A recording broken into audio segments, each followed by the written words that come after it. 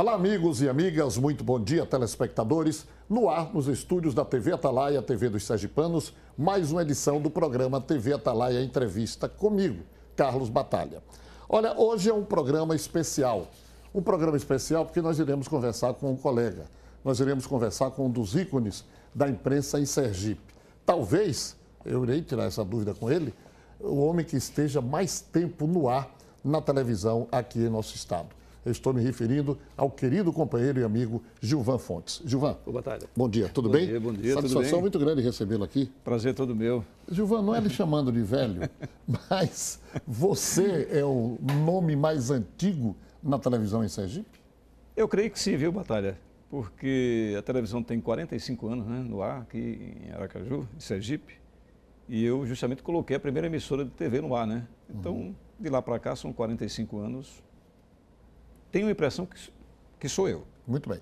Gilvan é aqui vizinho da querida e aprazível cidade de Itapuranga, e com influência, contando um pouquinho, falando um pouquinho da vida dele, com a influência que vinha do pai, ouvia rádio, e quando criança, uma história interessante, você chegou a construir uma casinha de madeira nos fundos da sua casa e lá você disse que era um estúdio de rádio? Exatamente. Eu residia na Praça Camerino, 176.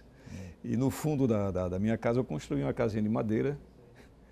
E dentro dessa casa era um estúdio de rádio, eu fazia um estúdio de rádio, certo?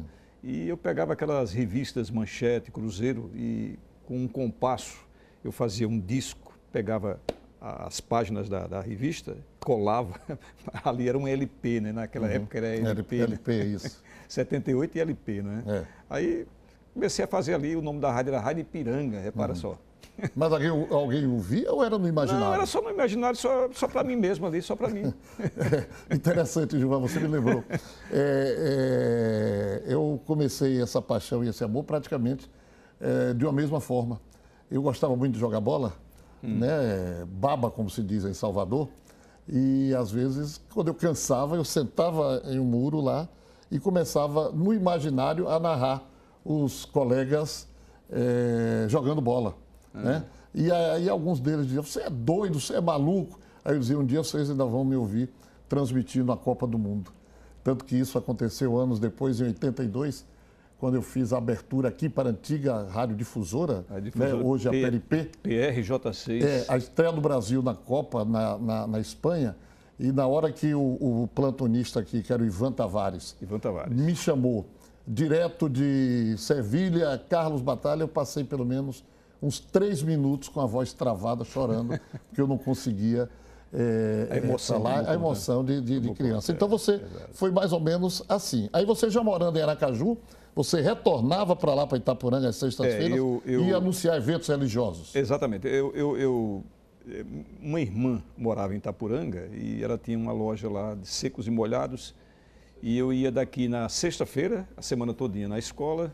Sexta-feira à noite eu ia pegar uma carona lá na BR, ali na entrada da cidade, para ir para Itapuranga, e lá no sábado eu já ia para o serviço de som.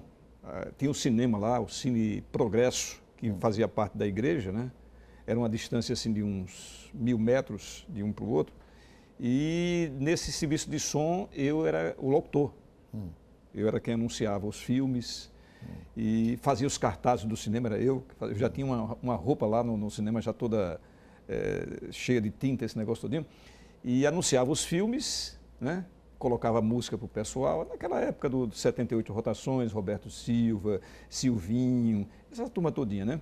E quando a igreja precisava tinha algum evento na igreja, eu colocava o amplificador nas costas, um amplificador sedã, a marca do amplificador, pesado, bem pesado mesmo. Levava para a igreja, ela já tinha fiação, era só ligar e transmitia o que estava acontecendo na igreja. Depois eu trazia de volta para o cinema, que era para anunciar o filme da noite, né? E pronto, fiquei lá como locutor do serviço de alto-falante, e o padre era Padre Souza, hoje é Monsenhor, já está aposentado, Monsenhor Souza, e certa vez ele disse bem assim, você não quer fazer um teste na rádio, não, na Rádio Cultura, que a Rádio Cultura é da Diocese, né? Certo. Eu disse, faço, mas fui fazer o teste e não fui aprovado, por causa de 2 palavrinhas. Quem fez esse teste foi Raimundo Luiz. Sim, né? Raimundo Luiz. Raimundo prezava não, porque é vivo pelo português, corretíssimo, vivo. Né? Quais foram as palavras? Você se lembra? Não? Lembro, até hoje não esqueço nunca dessas duas palavras. Superávit e déficit. Eu disse superávit e déficit. E não foi aprovado. Superávit e déficit. Déficit, é. Ah, tá certo. Aí o Raimundo chegou para mim e disse, olha, você precisa treinar mais um pouquinho, essas coisas todinhas. Mas eu com a vontade de trabalhar na rádio... Isso na década de 50. Não, aí na década de 60. Aí. 60. Porque a Rádio Cultura entrou no ar em 58, se não me engano, 58, 59. Aí eu cheguei para o Raimundo Luiz, seu Raimundo, me arranja um lugar na técnica. Eu queria ser operador, operador de áudio, né? E ele disse assim, não, aí não é comigo, é com o Zé Apóstolo de Jesus, que é o diretor técnico. Só que eu não conhecia Zé Apóstolo, nada, deixei para lá, pronto. Aí desisti. Foi quando então o João Oliva Alves, que era amicíssimo do meu pai lá do Riachão do Dantas, meu pai via a minha aflição para trabalhar no rádio, esse negócio todinho, Ele chegou, falou com o João Oliva. João Oliva era secretário de imprensa do governador Seixas Dória, né? Seixas Dória, em 1963, por aí. E a radiodifusora, PRJ6 de Aracaju, né? Uma radiola em seu lar, naquela época as radiolas de madeira, né? É verdade. Não tinha esses sons de hoje, né? Aí falou com o João Oliva, sem eu saber, falou com o João Oliva, para João Oliva me dar uma oportunidade lá na radiodifusora. E eu fui ser locutor da radiodifusora. Aí fui ser locutor lá e discotecário. Aí encontrei aquela turma Jailton Oliveira, Zé Eugênio de Jesus, Álvaro Macedo, essa turma, Zito Mangueira. Você falando em superávit e como é? Déficit. E déficit. Eu trabalhava na Rádio Cidade da Bahia e quase era demitido após ser admitido com a história que eu lhe contei nos bastidores. E era um dia de Bahia e Vitória. E o plantonista Eurico Tavares adoeceu. Aí o meu chefe Ney Costa disse, Batalha, você vai ser o plantonista no domingo. Decisão do campeonato Bavi, você foi plantonista há muitos anos. Plantonista, fui. E você ficar ouvindo, eu fui, Gilvan, com tanta revolta que os dois patrocinadores, os patrocinadores principais da Rádio Sociedade da Bahia, eram Roupas Alfred e Tintas Renner. Eu passei a transmissão toda dizendo, em nome das Roupas Renner e Tintas Alfred. O narrador era Ney Costa e ele dizia para que eu entendesse, essa foi a informação de Carlos Batalha em nome de Roupas Alfred. Só faltava soletrar. E no outro dia, quase que eu era demitido, meu querido amigo, irmão, compadre, diretor artístico da emissora à época, Reinaldo Moura, foi quem me segurou. Então essas gafes de rádio são coisas incríveis, né? Incríveis. E aí você chegou à televisão? Eu cheguei à televisão, fiquei um tempo na radiodifusora, né, de 63 até 66. 66 eu fui para a Rádio Cultura, não tinha televisão aqui em Aracaju, não tinha nem FM ainda. 66 eu fui para a Rádio Cultura, encontrei lá Reinaldo Moura, Carlos Silveira, essa turma todinha, né? Roberto Araújo, que era lá da Bahia, Hélio Fernandes, Humberto Mendonça, essa turma boa, né? E em 66 eu estava na Rádio Cultura, quando foi 68, 69, a primeira televisão entrou no ar aqui em Aracaju. Ia entrar no ar, estava em fase experimental. E eu, quase todas as noites, eu ia lá apresentar um programazinho que era justamente para fazer os testes nos equipamentos, essas coisas todas, quando uma emissora vai entrar no ar, né? E quando foi 70, a televisão entrou no ar para valer, né?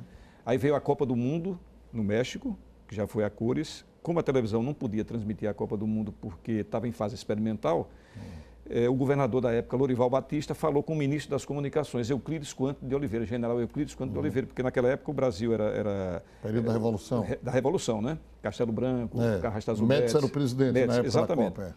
Aí a televisão transmitiu.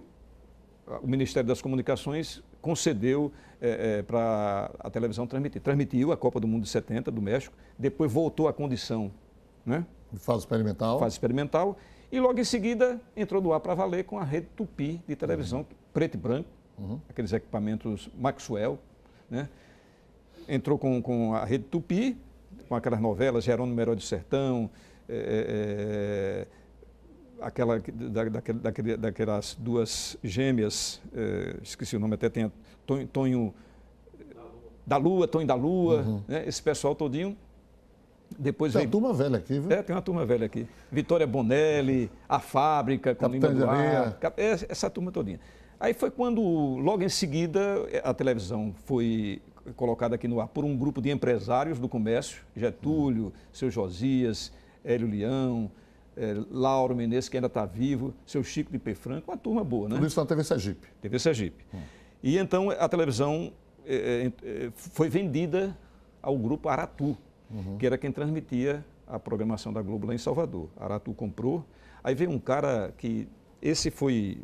Revolucionou a televisão, chamado Mozart Santos. Mozart Santos, grande amigo. A televisão sergipana tem que agradecer esse cara foi sensacional. E eu fui ser repórter, porque eu era locutor comercial, porque naquela época os comerciais eram lidos na hora, né? Uma cabine, só aparecia a voz, eu era um lombarde, só a voz aparecia, né? E certa vez Não podia errar. Eu fui ser repórter. Mas você errou alguma vez? Ah, errei muito. Errei. Lembra aí o fato desse? Rapaz, teve muita coisa aqui. Teve um crime aqui que foi uma coisa séria, um tal de Tonho Negão que matou umas crianças lá em Campo do Brito. E esse Tonho Negão, eu já era repórter da televisão, esse Tonho Negão disse que só dava entrevista se fosse eu repórter, né? E eu fui lá na penitenciária, a antiga penitenciária, entrevistar Tonho Negão. Naquela época não tinha VT, era filme, né? Sim. Filme. Era 400 pés de filme. E Tonho Negão, cheguei lá, Mozart Santos disse assim, olha, você tem 400 pés de filme, não pode gastar mais de 200. Quando eu cheguei lá, me empolguei com o Tonho Negão, que eu vi aquele cara, eu olhei para ele assim, esse cara é criminoso, matou 3 crianças. Rapaz, você se empolgou com o Tonho Negão? Tonho Negão, rapaz. Aí, resultado, comecei a fazer entrevista e o cinegrafista só dizendo, encerre, e eu, né? Fui 400 pés de filme. Quando eu cheguei na televisão, o Mozart me deu um carão danado. Ô, Gilvan, qual foi a notícia mais triste que você teve que dar, assim, e praticamente de sopetão, na hora de começar o programa? Olha, Batalha, foram várias, né?